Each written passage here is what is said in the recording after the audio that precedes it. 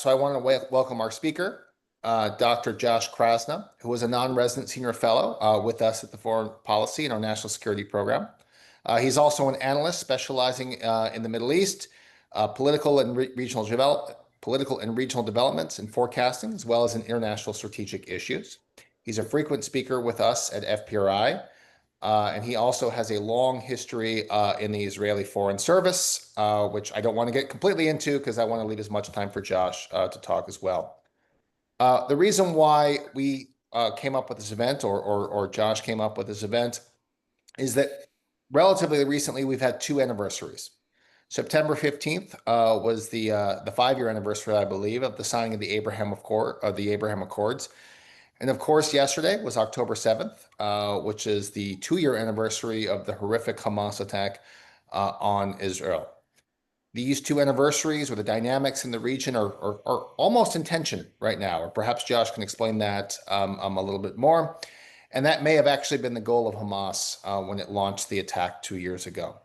So, Josh, I want to tee you up. So perhaps you can explain these dynamics, the tensions or lack thereof between the Abraham Accords and the aftermath of 10/7, and basically sum it up for us, 5 years after the Abraham Accords and 2 years after the Hamas attack on 10/7.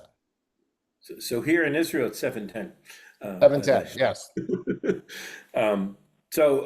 As you said, we celebrated the Abraham Accords a little less than a month ago.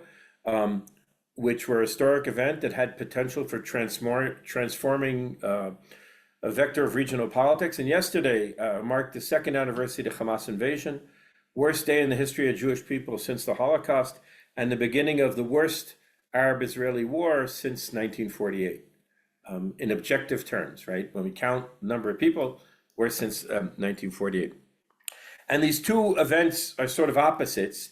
And it's not by accident, right? October 7th was aimed partially at erasing and reversing the dynamics that were symbolized by September 15th. And we'll get into that. I'll get into that in a moment. What I'd like to do, perhaps, is I'm going to explain sort of very short, because I want to leave some time to questions, where I see the transformational aspect of October 7th on a bunch of different levels. So we'll start from Israel, and then we'll move to the Israeli-Arab realm, and then the broader region, and then actually the international realm as well. So I'll start with Israel. So we have to remember Israel was in the throes of its worst political crisis ever when October 7th occurred.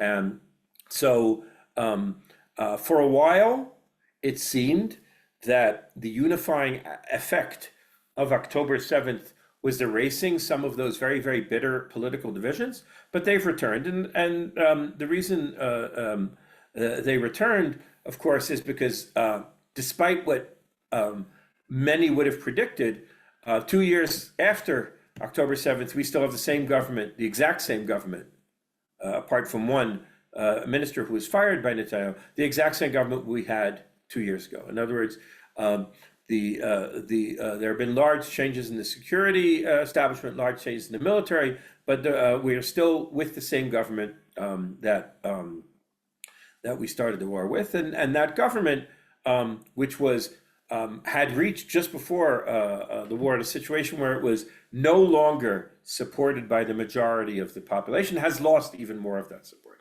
Most recent survey that I trust, which was released on the 30th of September, said 64% of Israelis think that Netanyahu should take the blame and resign. Right. So, but there is a precedent for things going on this long, right? Golda Meir, after October 1973, she remained prime minister until April or May when she resigned, but the government that she led didn't fall until 1977. So it actually continued till the next scheduled elections. Our scheduled elections are in October 2026. I don't think that I think we'll have elections before then. Perhaps afterwards I can explain why.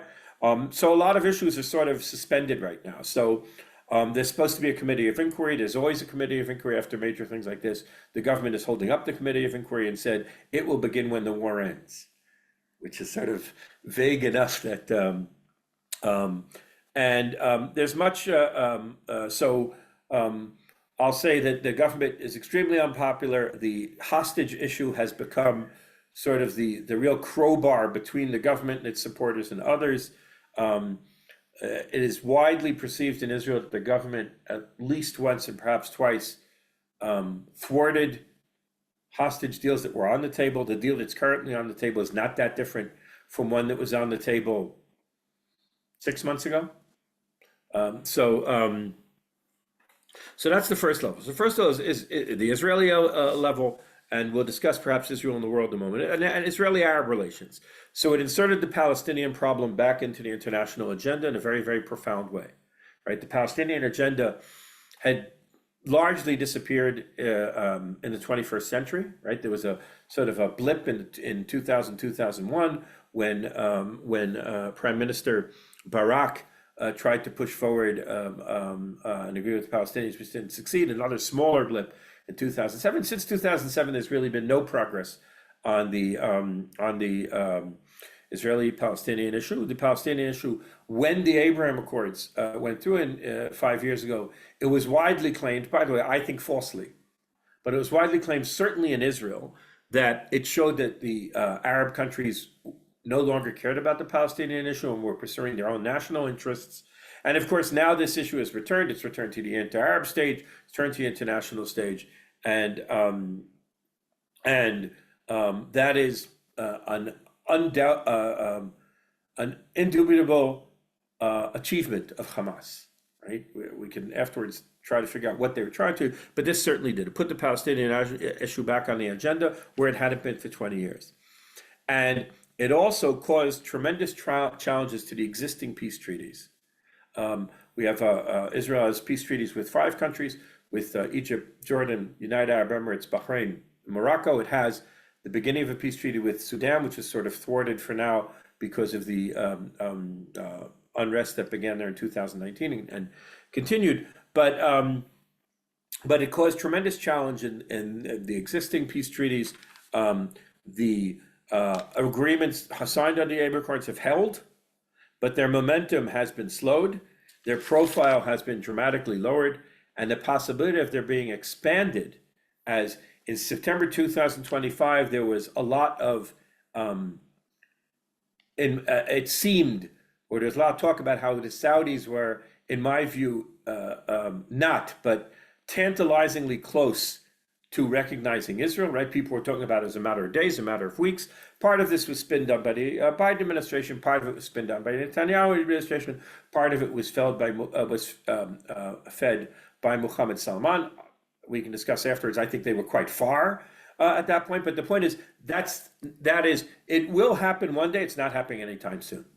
And the other countries that might have considered joining, they're not joining anytime soon. So there was tremendous stress test. The events of October 7th, and especially the terrible war that's been going on for the past 2 years, was tremendous stress test for the Abraham Accords, and by the way, for the older peace agreements as well with Egypt and Jordan. They've survived it, but whether we are moving towards. I wrote an article in 2019 for Orbis where I talked about how we are moving towards Israel becoming comfortable in its region, and for there to begin to develop the ideas of regional integration, like the IMEC, the Indian Mediterranean Economic Corridor, which Israel is supposed to be a major part of, or I2U2, Israel, India, United States, UAE, right? There was a lot of talk about a new regionalism in the region. I think it's going to happen because I think there are strong geoeconomic reasons for it to happen,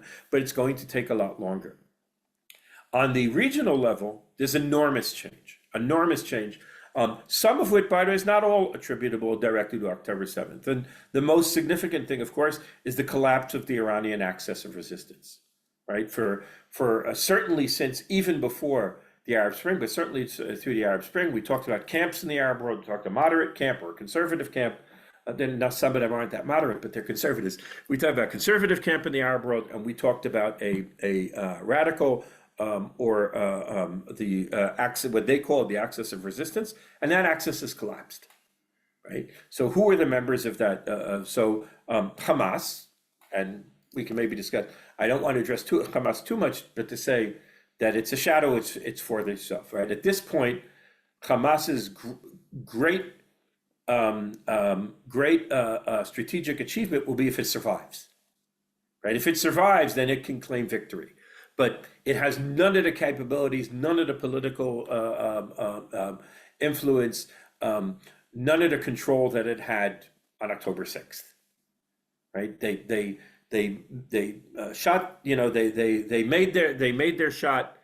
They had a incredible tactical success on that first day.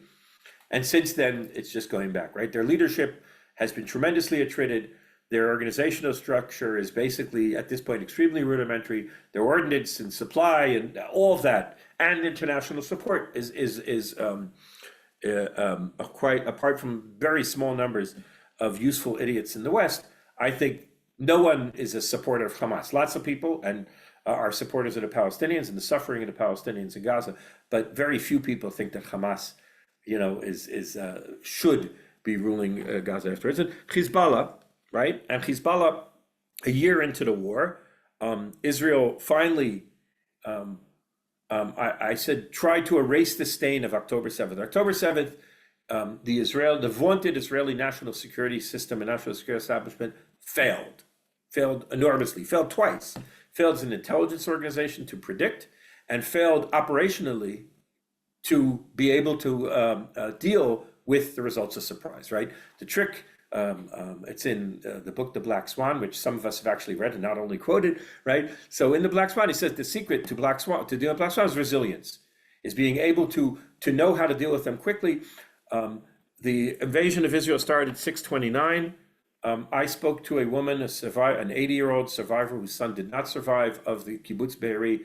She said the first soldiers knocked on the door of her bomb shelter and told her she could come out at 2:00 in the afternoon on October 8th, right? The situation only began to come under control. Organized military forces only began to reach the field in the late afternoon of October 7th.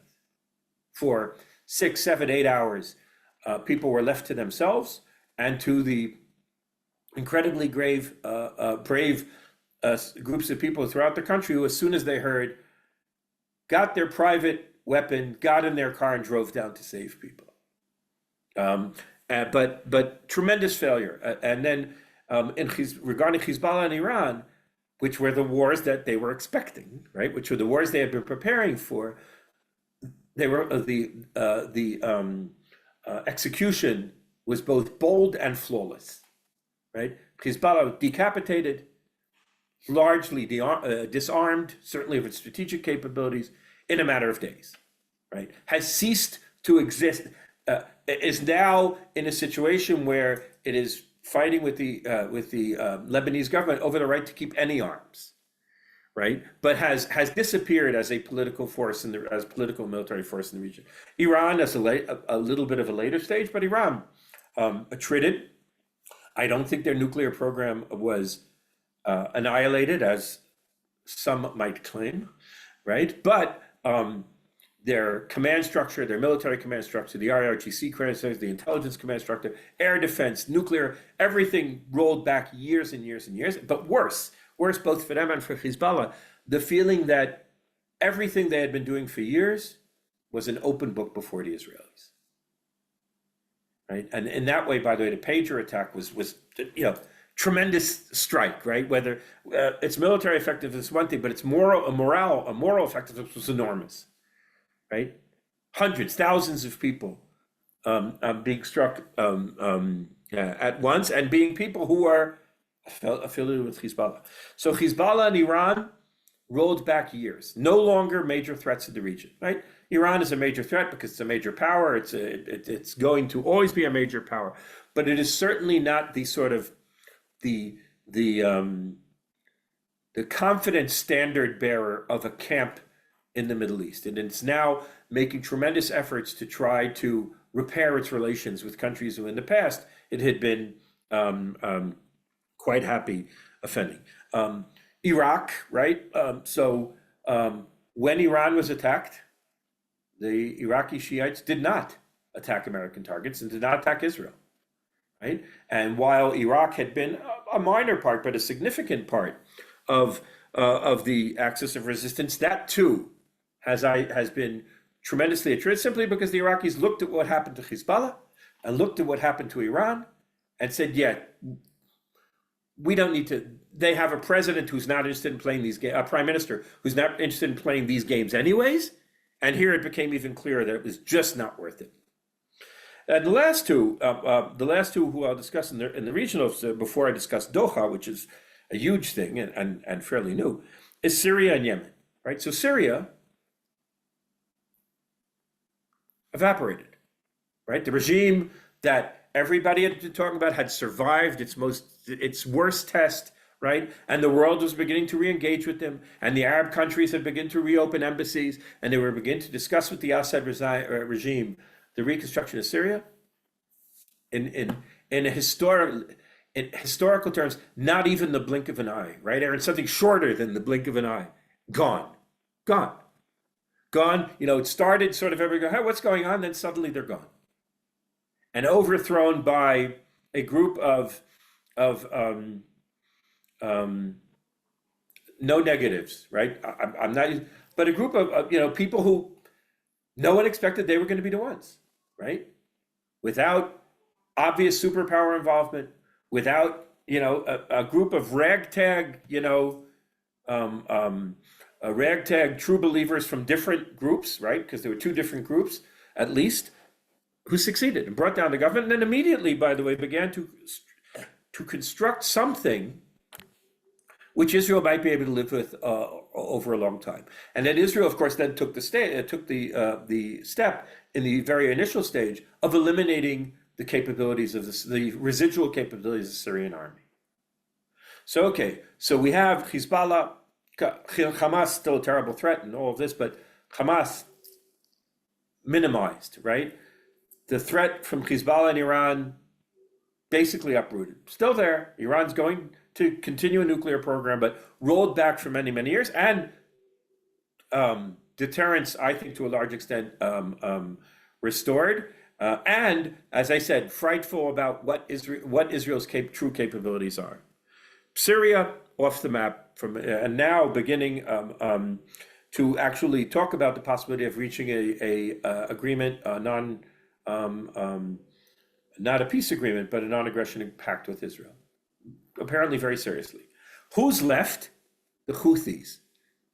And I must say, right, I wouldn't have had them on my bingo chart as being the ones but the Houthis are the same where they were 2 years ago and more, right? Because think of it, they took tremendous strikes in the United States, and in the end, the president of the United States blinked, declared victory, and left, right? Israel, they began attacking Israel already in November. There hardly a week goes by when I don't have to go into my safe room at least once a week because of Houthi missiles, right? And we've been attacking, and we killed half of their government, and we killed their command, and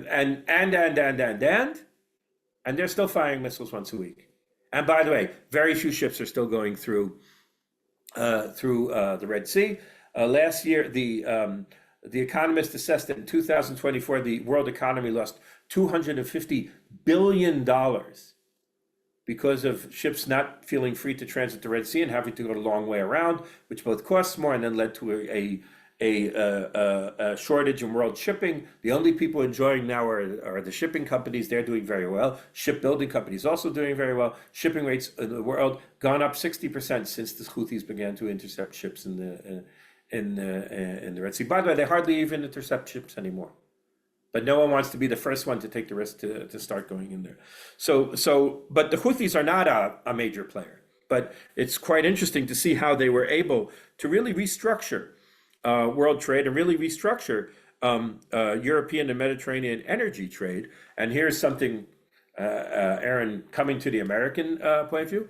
Europe, at this point, the vast majority of natural gas and oil being bought in Europe is being bought from the United States because it's too expensive to bring it from the Gulf. So the United States is now the predominant supplier of gas to Europe, right? It was Russia, then for a while it's Qatar, and now it's the Americans. And it's going to be the Americans, I think, for a long time.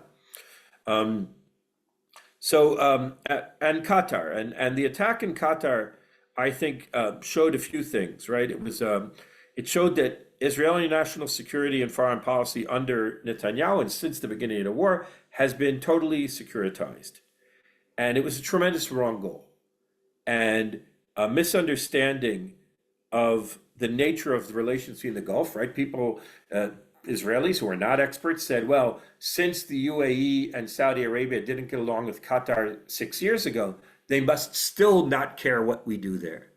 And they cared a lot. And this could be, I think, a watershed minute, because it called the U.S. commitment into question, right? When they attack country, it's a major non-NATO ally that has one of the largest U.S. installations outside of the continental United States. And then that leads, of course, to an executive order in which President Trump extended to Qatar a level of protection that the United States has extended to very few countries in the world. Israel doesn't have that. Israel doesn't. The United States never said to Israel that any threat to Israel is a threat to the United States. But it was required. It was an issue that the Qataris had required after the Israelis went too far in their view, and I think that this is one of the things that Israel perhaps didn't, or the people who make these decisions in Israel, I understood it, right? But the people who make decisions in Israel is the importance of the Gulf states to Trump's economic thinking and plans, right? Trump sees the Gulf, for good reason, as being a place where money is going to come to reinvigorate the U.S. economy, and by the way, reinvigorate the fortunes of people who are near and dear to him, right? So the point is that for the United States right now, Saudi Arabia, UAE, and Qatar are key economic and geopolitical partners. And by Israel striking at Qatar, it forced the Americans to sort of take a stand there. And it forced, by the way, those countries to then stand behind Qatar. And those countries are quite concerned over the fact that they think that Israel is now the neighborhood bully. They think I've heard people in Bahrain and UAE, not a majority view, but I've heard them say, at this point, Israel is a bigger threat to us than Iran is. Because Iran is weak and cowed, and the Israelis think they can do everything. And so on the American and on the international level, and that's where I'll sort of stop my semi-prepared message. So Israel's isolated. Israel's isolated in a way it hasn't been isolated since the 1970s. And I could say specifically, because think of it this way, 1975, 50 years ago, the UN passed its Zionism is Racism resolution. And that was repealed in 1991, right? After the Gulf War and after the American unipolar moment where the Bush administration and Baker reformed a lot of things that are going on in the Middle East in a form that we recognize today, right? Today, I would say the common wisdom in many countries in the West is that Zionism is racism, right? I don't think so. I think it's a simplistic view. But the point is, 50 years ago, that was the narrative. That narrative then left, and now it's back. And the level of support in the United States is going down. Level of support in Europe, which was never high and hasn't been high for years, is even worse. But Israel is isolated in a way that I think it has never been before. Now, I don't think that's irreversible, and you can ask me afterwards, and I'll explain to you why I don't think it's irreversible. But where we are right now is the person who's going to, the hope in Israel, right? Israel's hope is pinned on our flawed savior, Donald Trump, right? He saved us twice. In January, because of his pressure before he even came into office, he forced the last hostage deal. And now, because of what happened in Qatar, because by the way, if what happened in Qatar hadn't happened, we wouldn't be where we are right now, right? But because we happened in Qatar, because the Gulf states came and said, look, we have plans ready. And now you need to do something to rein the Israelis in, because otherwise we don't know where we're going to look, right? And think right afterwards, the Saudis signed an agreement with Pakistan, which wasn't negotiated in those 2 weeks, right? But the point is the timing was very, very sort of symbolic. So now Netanyahu is tremendously afraid, attuned to Trump, right? And Trump has shown that he's willing to sort of he has now, to a much greater extent, he did it in January also, but to a much greater extent he did in January, he has put his personal credibility on the line to deliver this plan. And I think there's going to be a lot of pressure on Israel to deliver the plan. Hamas, there's going to be pressure, but the United States has indirect ways to pressure Hamas. He has to do it through Qatar. He has to do it through Turkey. But I think that Israel is going to be the one who needs to step up to the plate. And I can see, for instance, when Netanyahu spoke in Trump's presence after Trump spoke, he was spinning things that Trump had said 5 minutes before. And since then we're there, right? Which makes sense. Both sides are sort of trying to position themselves. I want to gain the most and pay the least. Hamas is in a worse position there because but Israel's not in an easy position there because there's tremendous war weariness within Israel. Israelis, the same survey a survey that was released last Friday said that 74% of Israelis want to end the war now. Right? Which means for those 74%, they are counting on Trump. They no longer believe that their own government is interested in ending the war. They know a large percentage of them don't believe their government is interested in really returning the hostages. And they are depending on the President of the United States to help deliver their own leadership, which is a terrible position for a democratic country to be, but that's where we are now. I'm going to stop there. Both Aaron, to let you have some follow-up questions, and we'll see if we have some questions in the Q&A. Sure. I wanted to drill down on the negotiations going on. So we have the Trump administration push for the hostage agreement. That agreement seems to be being fleshed out as we speak in Egypt with representatives of Hamas, Qatar, Turkey. From the U.S. side, it's Steve Witkoff and Kushner. The return of Jared Kushner. What is the Israeli point of view on this? Because as you said, that's the next article we're going to write, right? The return of Jared. Not me, but you. So maybe talk us through what the Israeli positions here is, because this agreement, as you said, has been more or less on offer since the Biden administration, but Trump seems to be pushing it forward. So what's your thought on this? I won't correct you, but I'll add. Not only has something like this been on since the Biden administration, but remember that about a year ago, the Egyptians suggested an Arab plan, and that plan was rejected the same day by the Netanyahu government, which I thought was a terrible mistake. Right, a country that is in the end your friend, right? You have peace treaty with them. Put something on the table, spend a day or two, read it with them, talk to them about it, and then say, I don't think it's implementable, right? To reject it summarily. And that, of course, the Egyptian suggestion was one that had been worked out in combination with UAE, Saudi Arabia, Jordan, right? All of Israel's supposed friends in the region. Not supposed they are our friends in the region, but some of them right now are friends who we have a bit of a tiff with. And it was very similar to what we're talking about now, right? In the end, they said there'll be a Palestinian cover, which will allow us to go in and begin to reconstruct both the economy and the security situation in Gaza, right? And the Israelis rejected because of the issue of the Palestinian cover, right? The Netanyahu government, for internal political reasons, cannot admit to giving a role to the Palestinian Authority.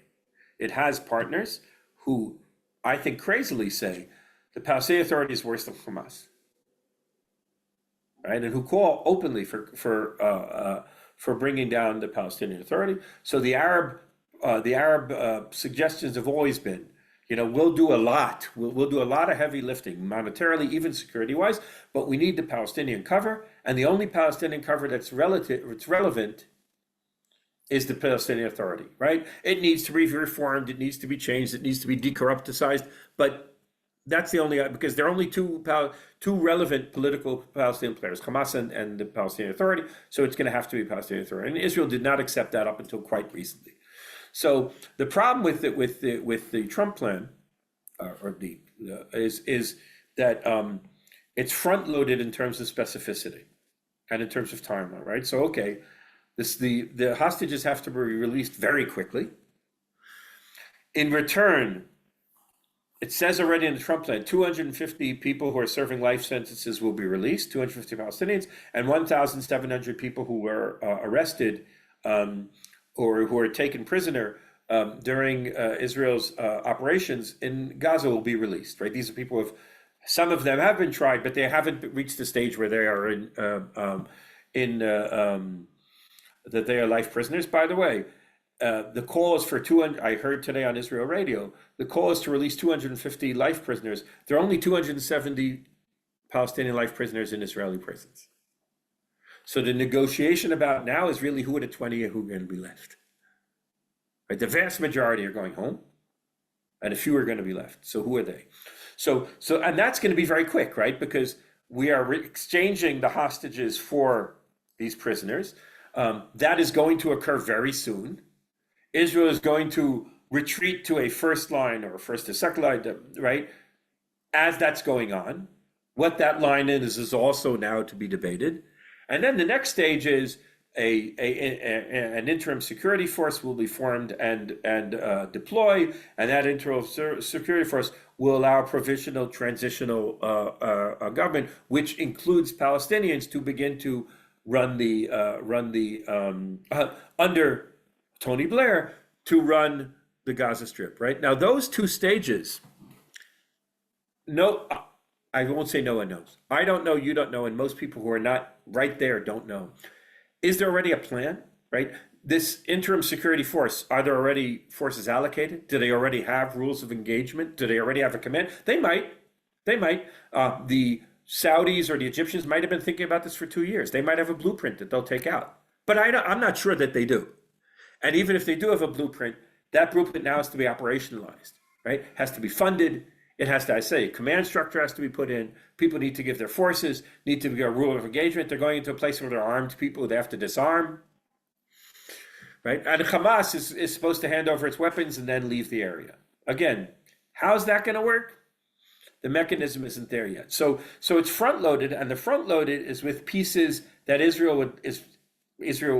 once Israel, and this everybody understands, once Israel receives the hostages back, the 20 live hostages and 28 dead hostages, the only two things that make Israel continue are public pressure in Israel and pressure from the president, right? Because once we have that, from the point of view of this government in Israel, that's what we now have, what we need, right?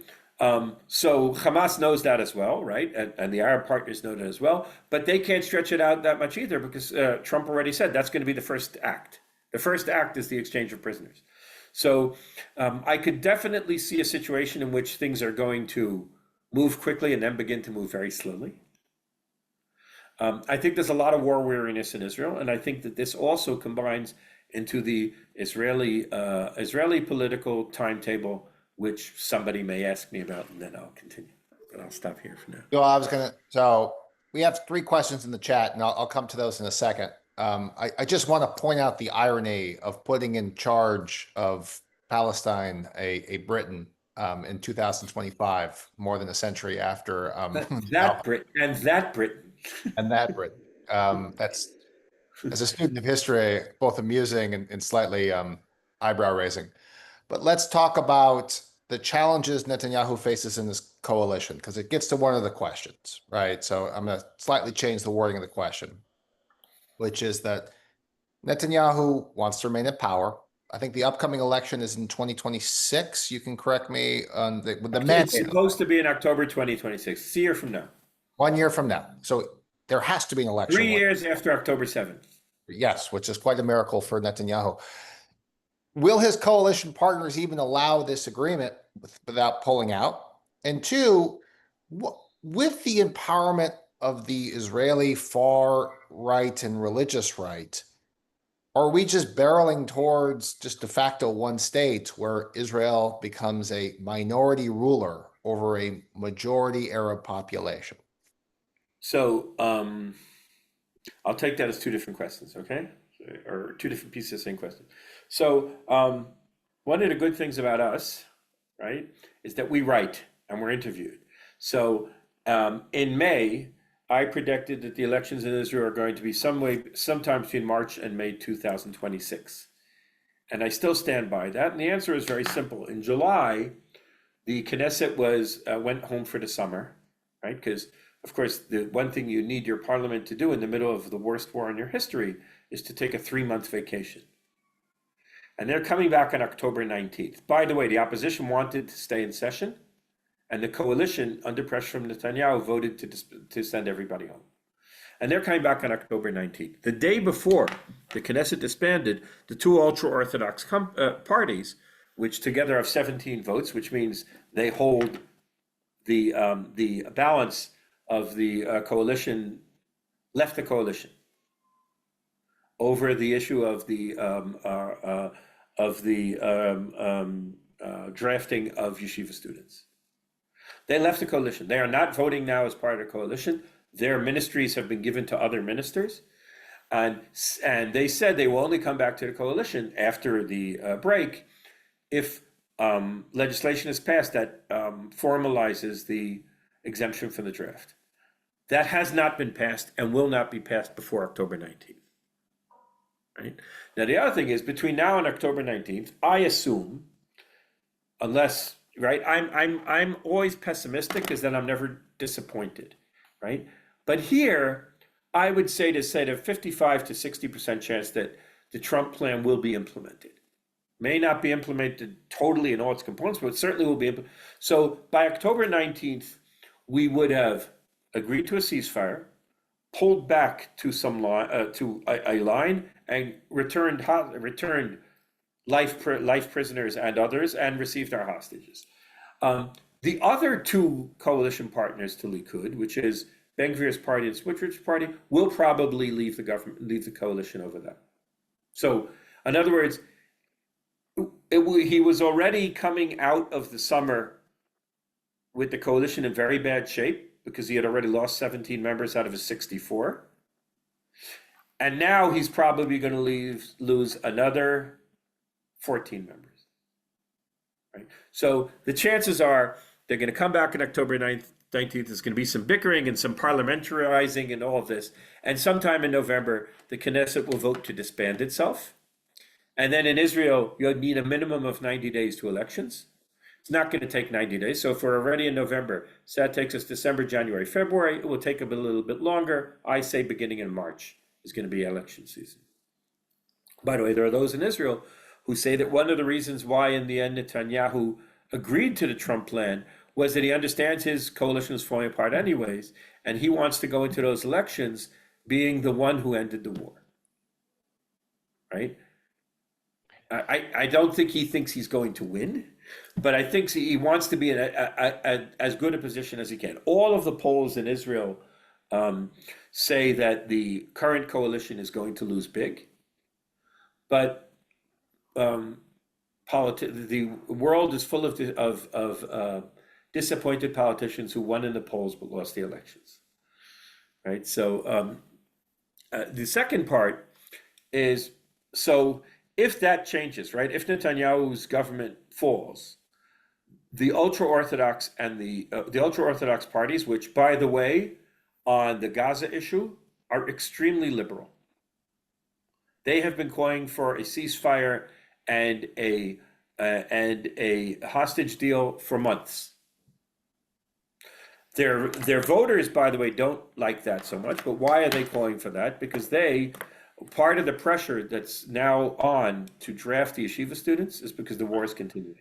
So if the war ends, the pressure goes down, and then maybe they'll be able to get something. But also, they don't have particular attraction to Gaza. They don't have particular attraction. They're not big believers in the settlement enterprise. They think it's a perversion of traditional Judaism, right? Because they're not Zionists. So the ultra-Orthodox in the end, in the current government, the current Knesset, out of 120 seats, the far right has 12 seats out of 120. 10%. Now, I would say about a third of Likud you can probably count as far right as well, Likud has 36 seats, third is 12, so say 24. 20% of the people, 20% of the parliament of Israel represents far-right elements, and that percentage is going to go down in the next elections. So I don't think that Israel, I think the argument that Israel is becoming messianic and religious, I think it's overstated. I also think, by the way, it's overstated, even if Israel had, I think it's a terrible idea for Israel to have one state with Israelis ruling over non-voting Palestinians. That's the dream of the far right in Israel, but it's not going to work. But even if it did, it wouldn't mean that we had an Arab majority, right?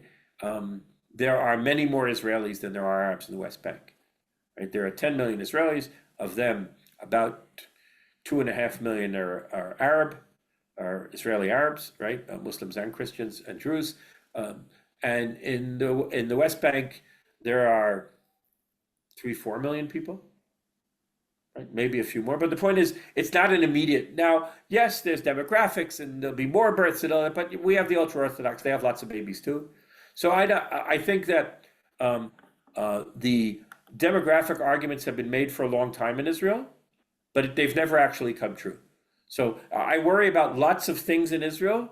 I'm not worried about the Arabs overwhelming the Israelis in the bedroom, right? I think that there are other things we need to worry about, but not necessarily that. So let's pivot to regional dynamics here. And I'm gonna, one is, question, which is the plausibility that the October 7th attack from Hamas, that is designed to actually upend the Abraham Accords. That's been speculated. Is there any sort of empirical evidence, statements that have been coming out from leaders to back that up? And I'm going to combine it with somebody else for a two-part question, which is Arab-Israeli relations have held. Let's say the Abraham Accords and the peace treaties have held. But as you've said, things have shifted. And I think the attack in Qatar, which I think was monumentally stupid, pushed them even farther. So if there were incentives looking beyond this, let's say Israelis have an election in March, you get a slightly more favorable government towards compromise, how you begin to put the pieces back together to reach out to the Arab world. Yes. So just remind me of the first piece of it. Well, the second piece, empirical evidence about Hamas's motives. Right. So I haven't seen empirical evidence. I think there are stuff gets released, right? Stuff from captured documents and stuff like that, but not all of it does, and some of it is released in kind of a partisan way. So I'm a little. It's fairly clear that they meant to that derailing. The Abraham Accord, certainly derailing the agreement with the Saudis, was part of it, but not the main part. Putting the Palestinian issue back on the international agenda was a part of it, but not the main part. Apparently, there were expectations of theirs that Hezbollah and Iran would join in with them in the operation, which they didn't. Apparently, there was assessment that Israel had been weakened by its political infighting in the year before, and the right wing in Israel had been playing up very much the possibility that soldiers would refuse to fight because many reservists said that they wouldn't do reserve duty under this government. And the current government has been spinning a lot of that information, right? Saying that Hamas was encouraged by the activities of the opponents of the government in Israel. And that's why I say I'm always a little bit careful about what gets published or not get published. I think all of these things were there. And I think the last issue that was there, which I don't think needs documentation, is that, and perhaps was our biggest intelligence sort of failure of imagination, was Hamas is a terrorist organization, and the way terrorist organizations do is they plan until they see an opportunity and then they carry it out, right? We don't necessarily have to give them the kind of long-range strategy and raison d'etat that perhaps a state might be using in such a situation. Though they were a state-like entity, they're not a state, and things I think were a little bit different. But I don't have, there hasn't yet been, the documents are not out there yet. Some are, some aren't. The documents haven't been out there yet. And the statements of the leaders, like I said, fed all sorts of different different narratives. One of them, for instance, was that they thought that they really would reach Jerusalem or Tel Aviv and defeat Israel. Well, I don't think that anyone really thought that that's what was going to happen, even though that was one of the proclaimed. I think maybe they thought that that Israel would be brought to heel quicker, and therefore that the level of destruction wouldn't be quite as big as it occurred. Now, regarding the relations, so the first thing I'll say is my impression from talking to a lot of people in Arab countries and is that they have problems with Israel, and they especially have problems with Netanyahu. None of them ever liked him. The Egyptians are the ones who probably liked him the most, and they didn't like him very much. The Jordanians haven't liked him since he tried to kill Khalid Mashal there in 1997, right? The UAE, since the Abraham Accords, 5 years, he's never visited the UAE. There was always some reason he couldn't come, right? So Lapid visited, and Bennett visited twice, and everybody got, but he has never been invited, never visited. I don't think he's visited Bahrain either, but that I'm not sure. But also Bahrain, right?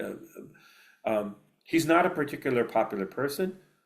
In the year before, after he formed his government, his newest government, he was less popular because it was seen very much as a right-wing government. Remember, there was the killing of Shireen al-Aql, that's her name, correct? And then there was various, I'll call them provocations carried out by Ben-Gvir on the Temple Mount. In other words, there was a fair level of tension between Israel and the Arab countries and the Muslim world before October 7th. And then I think October 7th was greeted in large parts of the Arab world, though not by any of these governments, but was greeted as a positive thing. And very, very quickly, even in those countries where there might have been a modicum of government sympathy for what Israel was going through on October 7th, it very quickly got drowned out by the tremendous disdain and displeasure at Israel's reaction. And none of these countries are democratic, but all of these countries, and none of them are run by public opinion, but all of them take public opinion into account, right? And it's clear that the Arab and the Muslim street is strongly with the Palestinians, with the suffering people of Gaza, not with Hamas, but with the Palestinians, with the struggling people of Gaza, and against Israel. So the fact that all these governments have kept their peace treaties is really, I think, as I said, a real stress test.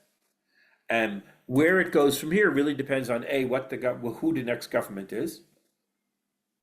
And I think that the moment that Netanyahu is out of picture, I think things will be sped up a little bit more. I think it depends, of course, on what policy that government pursues, and that's going to be a problem. Because right now, for instance, all the Arab countries are talking about a two-state solution, Israeli commitment to a state solution, commitment to original Palestinian stateship.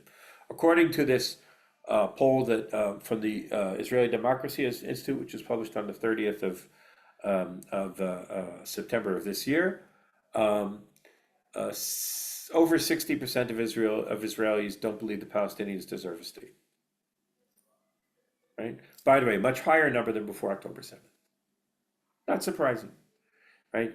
There's not a whole lot of empathy, unfortunately. There's not a whole lot of trust. A lot of the reservoirs of empathy and trust were sort of drained, by October 7th, and then by the very long war that's gone since then. So I think that to the extent that the Arab countries would expect a new Israeli government to very quickly sort of move into a very active pursuit of an agreement with the Palestinians that leads to a Palestinian state, they are going to be disappointed. But to be fair, I think all 5 of the countries that have peace treaties with Israel understand Israel well enough to understand that that's the situation. The people might not, but the leaderships definitely do. We have a couple. What this all means, what this all means, for instance, for regional integration projects and regional infrastructure projects, and IMEC, right? IMEC was supposed to go from India to Dubai and Abu Dhabi, and then through Saudi Arabia to Jordan to Haifa, and then from Haifa to Europe. Well, they have not a bad different option now. They could do it through Latakia, right? Syria is rejoining the Arab world in leaps and bounds. The Americans seem to be very, very positive and encouraging about the new Syrian government. I know about all Americans, but certainly the administration. And in fact, the administration is pushing the Israelis to be more amenable towards them. So I think that while I think the bilateral relations may get a little bit better, I worry more about Israel's place in the region when certainly now that Syria, for instance, is no longer, an outcast. Syria has, in the end, I always say there are three countries that are going to have to be rebuilt in the next few years, right? Gaza has to be rebuilt, Syria has to be rebuilt, and Sudan's going to have to be rebuilt, right? No one even thinks about that. Well, with all the money that the Gulf states have and the Americans have and everything else, no one's going to pay for all three of those. So it's going to be really interesting to see how it plays between them, right? Already, a lot of the Gulf countries are putting a lot of money down, and the Qatari signed a $7 billion deal to build power plants in Syria. The Emiratis have just signed a multi-$100 million deal to rebuild ports in Syria, right? And they have the AD ports in Dubai and DP ports and Abu Dhabi ports, which are some of the biggest port companies in the world. So there's a lot of Gulf investment going into Syria now. I assume that at some point there'll be some reinvestment in reconstructing Gaza, but I think Israel needs to be careful that it's not left. It's not when the foundations are being poured for this new regional economic structure. Israel has to be concerned about the fact that those foundations might not agree it, and we may actually sort of be closed out. All right.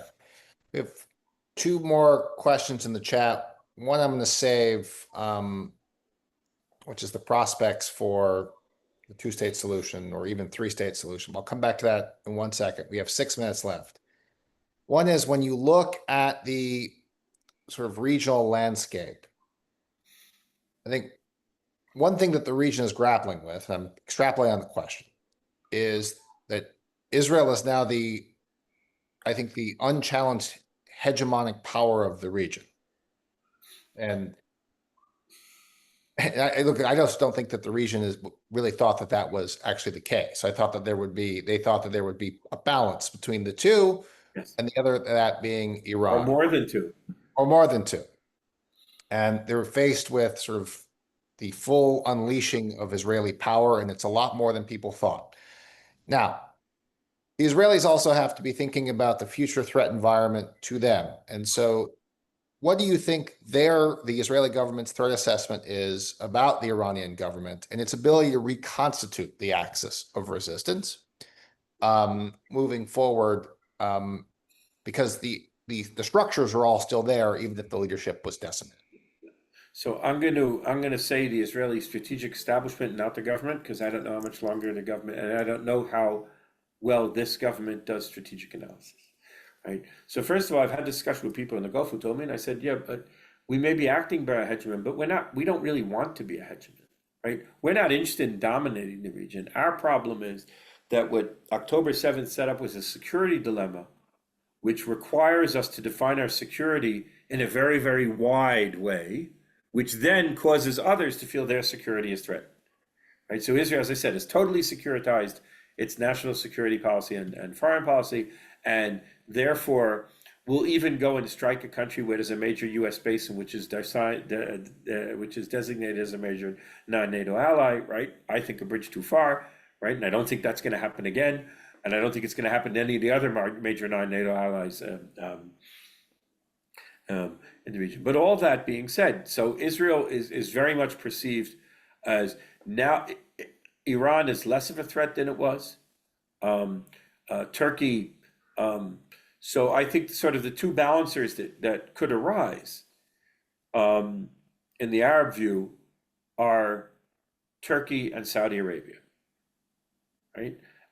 Saudi Arabia may be a little bit easier because it's not actually antagonistic with Israel, so it could be kind of it doesn't have to be, it could be a balance of power that also has to with kind of almost a condominium.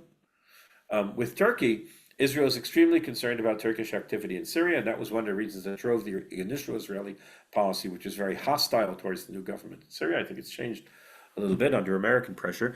But about Iran, so any Israeli government, I look at the next Israeli government, I go, okay, who's going to be the next Israeli prime minister, right? All of the people who are in line to being the next Israeli prime minister, apart from, in addition to Netanyahu, all have the same view of Iran as the long-term strategic threat. None of them think Iran needs to be engaged. By the way, I don't think Iran can be engaged by Israel, but none of them think that. So the real issue here is just how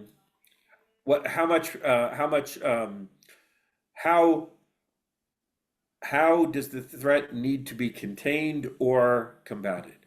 And I think, again, I mentioned this before, and we're talking about, I think the Americans have a really key role to play here. I think one of the reasons why Israel carried out its strikes against Iran, and then President Trump in the end agreed to join, I think it might be a conspiratorial thing. I think Israel wanted to drive a wedge into the discussions that at that time were going on between Steve Witkoff and the Iranians. I think Israel is very worried, and Israel has is right to be worried because it should have been worried from the beginning. It shouldn't have surprised them. Trump wants to make deals, and one of the deals that he's going to be willing to make is with Iran. Mm-hmm. And I think Israel is very, very concerned about that. But I think that Israel is in a position vis-a-vis American politics that we don't have the tools that we used to be able to influence people in America to think the way we do. The Republican Party, it used to be that we had some support in the Democrats and then a lot of support in the Republican Party. Today, I don't think we can depend on too much support from the Democrats. And in the Republican Party, while they might agree with our analysis of Iran, if President Trump says that's what he wants, then that's where they're going to go.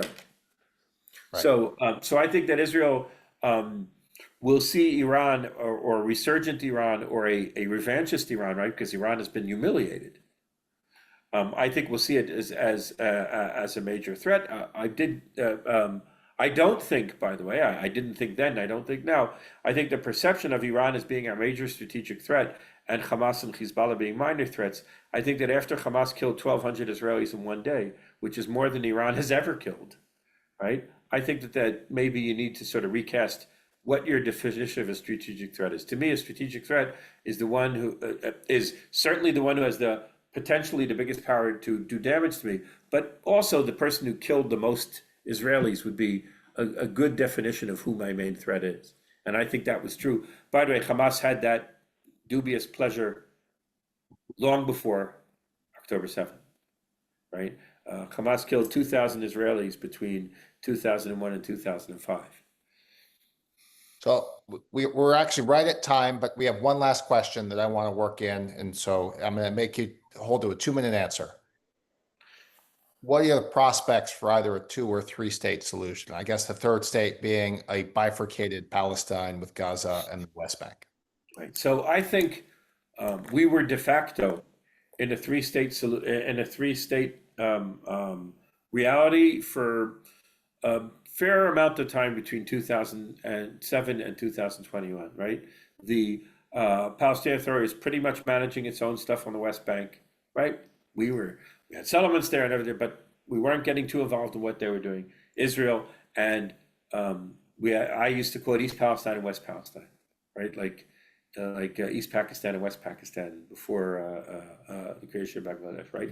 We had one country which was separated physically into 2 components, each of which was being run by a different political system. Part of what's going to happen now, hopefully with this restructuring under the Trump plan, is that the people who rule the West Bank are going to go back to rule Gaza. Is that sustainable over time? I'm not sure. They're 2 very different places and they're not connected to each other. So there's nothing that requires them, right? Just like there's nothing that requires Nagorno-Karabakh and Armenia to be, right, part of the same country. There's nothing that requires to it to be, except that I think that Gaza is probably too small to be sustainable as an independent entity. I'm a believer in the 2-state solution because I'm not a believer in the 1-state solution, right? And there are only 2 1-state solutions. One is the one that you portrayed in your question, right? Where Jews live where there's one state where Jews rule over a large Palestinian minority or even plurality, which has some rights but not full rights. I don't think that's sustainable. I don't think Israelis want that. Okay. The second is the other view, the sort of utopian view of a one-state solution of we'll all be citizens of one state and we'll all be happy. And that state, of course, will not be a Jewish state. That state will not, because there'll be too many people in it who aren't Jews. And also, if it's being run as a Jewish state, then you're discriminating against a large proportion of people there. So people in the past spoke about the possibility of a federated state, maybe. I think that one of the things that October 7th proved was that the policy we'd been pursuing for 20 years which was muddle through, right? Don't have two states, don't have one state, have sort of a virtual state, Palestinian state, but doesn't have all the attributes of a state. I think we're past that. So I think in the end, there's going to be a two-state solution. I don't know when we're going to reach it. I think it's going to require a lot of education of both the Israeli and Palestinian people of how to deal with it. But I don't see the alternative, which is the one-state solution. I just don't see it happening. All right. Well, Josh, thanks for doing that in less than 3 minutes. With that, we've come up at the end of our time. I thank everybody for joining today. Josh, have a good rest of your night. And for everybody who joined, depending on where you are in the world, have a good rest of your day. And so with that, I wish everybody well.